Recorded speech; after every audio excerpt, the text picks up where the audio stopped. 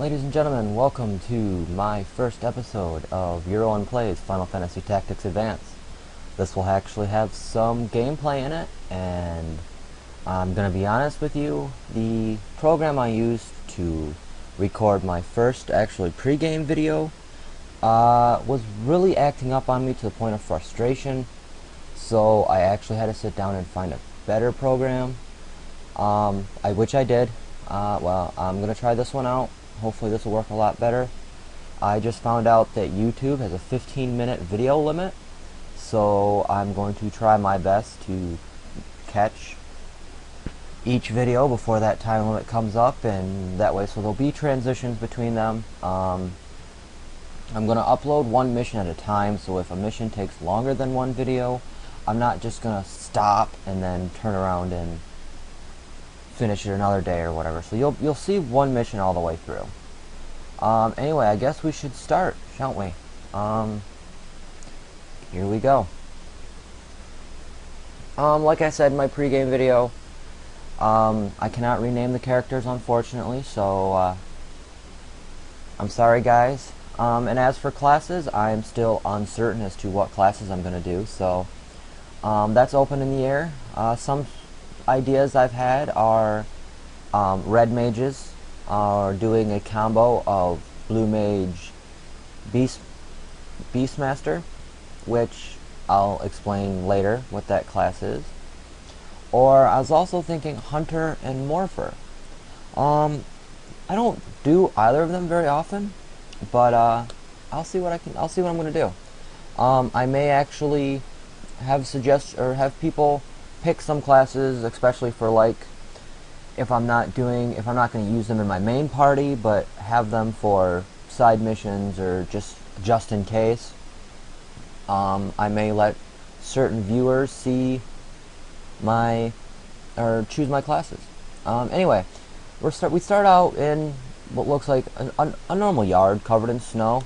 I'm not going to read the commentary because that's just going to kill my voice, and I may pick it up later, but after reading this commentary about 5 times and the video screwing up, I'm kind of frustrated with it. So if this works and I feel generous enough, I may, episodes later, actually read off everything that is said. I'm sorry if the audio is too loud.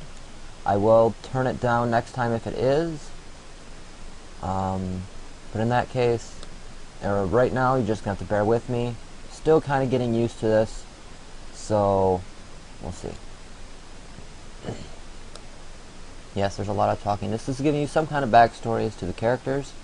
We see Mute as a quiet character. Ritz is the boisterous, almost bully-like girl, and the new guy, who apparently doesn't know how to comb his hair because of his wonderful cowlick. We get to choose our name. Some of the basic controls for this kind of screen: arrow keys, the control pad moves around your selector. A button to enter, B to delete, and you hit start to hit OK. Your L and your R buttons will switch between symbols and numbers and letters. Again, the default is March, but as this is Urowen Plays, I'm actually going to name our main character Urowen. This is how I play, so you're going to have to deal with it. Otherwise, you wouldn't be watching now, would you? So yeah. We now have another character name, Urowen.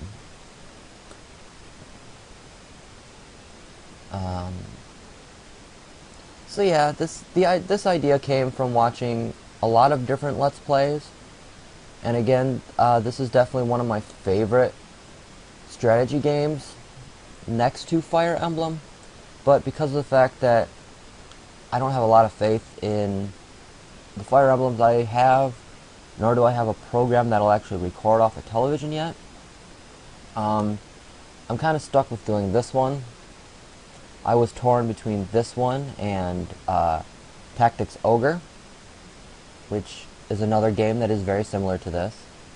It is an entertaining game, but I may do it later depending on how much feedback I get from this one, or I may do a not-so-strategy game, or I might even consider doing a Final Fantasy. Again, this all depends on my viewers and, well, how much of a hit I have. And if I get frustrated with this project and just don't want to do another one. Anyway, they're just going through and explaining the basics of battle right now. I'll do that as well. So you really don't have to read this if you don't want to. Although they're already done talking. So yeah, we are going to be starting to actually control things finally. Kind of a side note that's a little off topic, but when I was in school, I never remember teachers supervising snowball fights. It always seemed like it was frowned upon wherever I went to school. They're continuing the explanation down here. No, I don't want to repeat the lesson. Alright. Something else I'm going to state, I will probably butcher names left and right. So if I do that, I apologize. Feel free to correct me and I will try my best. Anyway, on to battle. The character that has the fastest speed goes first. You have 4 options to start with. You have move, action, weight, and status. I'm going to start with status first because it's the easiest to explain. I won't actually be able going over everything because, as you can see, there's not much here right now. Later on, there will be more. On the top of the screen, you have the character's picture. Underneath the picture is the level and how much experience they have. And then there's the name, Ritz, who's the only girl in the class. Or no, there are 2 girls in the class. I'm sorry. And her class, she is the class head. In the center of the top, there are 2 counters. One is for what looks like a yellow square, and the other is a red square. These will be explained more when we get farther into the game, and I will go over those too. Continuing on to the right is the little, I guess you can say, character icon. That's what the character will appear when on the battle screens. And then next is their health, their mysterious power, and their JP. The JP will be explained later.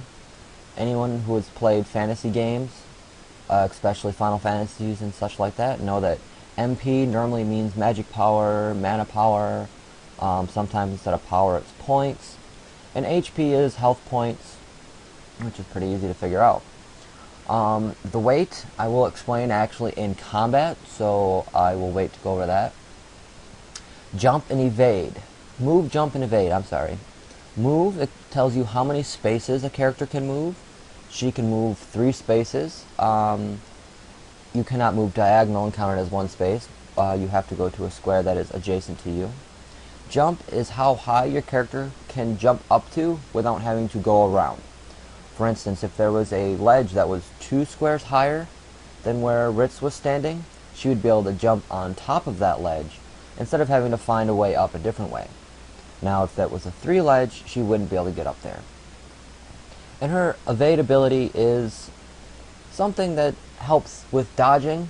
It goes with weapon attack as such, which I will continue on to explain. Your weapon attack and defense is your physical combats, your swords, or in this case, your snowballs. Anything that does melee or physical damage, I guess, would be a better way. Bows, guns, and the such. Those are affected by both weapon attack and weapon defense. The higher weapon defense, the less damage you are going to be taking from physical weapons. And the same can be said about magic. Magic power dictates how strong their magical abilities are, and resistance affects how easy it is for them to resist them. That is really all I can kind of go on for the status screen right now. Ooh, I'm sorry. Next is the move command. Like I explained, Ritz can move 1, 2, 3 squares. Whew. Dinner doesn't feel like it's settling with me too well. The blue squares signify how far she can move, so you don't actually have to count out for yourself. As I explained earlier, she's on height 2 height, which is shown in the top right corner of the screen. And this ledge is a 4 height. Now because there is a 2 height difference there, she can actually jump from there to there and still have it only count as 1 step, instead of having to go 1, 2, 3, and then a 4th step her next turn. I will actually move her onto the ledge, show you the jump. And you can either have her wait and do nothing, and then choose what direction she's facing. The direction that they face is detrimental into this strategy game, unlike Fire Emblem, because in Fire Emblem it seemed when you attacked a character, they would automatically turn to you, and there wouldn't really be too many advantages or disadvantages of where you ended your character. In Final Fantasy Tactics Advance, if you attack a character that is facing away from you, you'll actually do more damage and hit more often than if you actually got a side view, and even less so if it was a frontal attack. So it's best to kind of position your characters so their backs are away from the enemy, and try and attack their weak or their blind side. I actually made a mistake there and should have attacked instead of waiting, but I can do that next. As you see, the enemies will get their turn, and they continue to pelt Mute with snowballs. He is coming to, yep, our teacher is explaining exactly what I just went over with the facing and the movement. Now, we're going to move Chris. Actually, I'll show you the difference. Well, somewhat of the difference. First off, you see on the bottom right corner of your screen, it shows the wait. It's not wait as in size, but wait as in how long they have to wait to act. A 1 out of 9 is the current character that's acting, whereas, let's say, Mute is 5 out of 9. He's still got 4 other people that are going to go before him, including Urowen. A good strategy is to go through and see who's attacking next. Maybe you can take out someone who's attacking next, or cause them some kind of status ailment that's going to affect their skills, whether it be stop or slow or sleep, and that can affect the wait list. Now I'm going to show you, actually I have about 3 minutes left, so I might be able to get some of this in. When you move a character that's facing in front of an enemy and attack, you're shown how much damage you're going to do. I'm going to do 1 point of damage. I do believe with a snowball that is the best you can do. And then I have about a 50% chance to hit.